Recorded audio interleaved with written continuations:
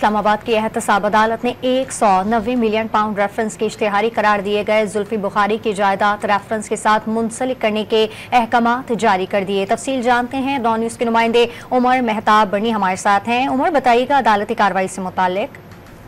जी बिल्कुल, एहतसाब अदालत इस्लामाबाद ने 190 मिलियन पाउंड रेफरेंस में इश्तिहारी मुलजिम जुल्फी बुखारी की जायदाद रेफरेंस के साथ मुंसलिक करने के अहकामात जारी करते हुए कहा कि जुल्फी बुखारी जानबूझकर अदालती कार्रवाई का हिस्सा नहीं बने।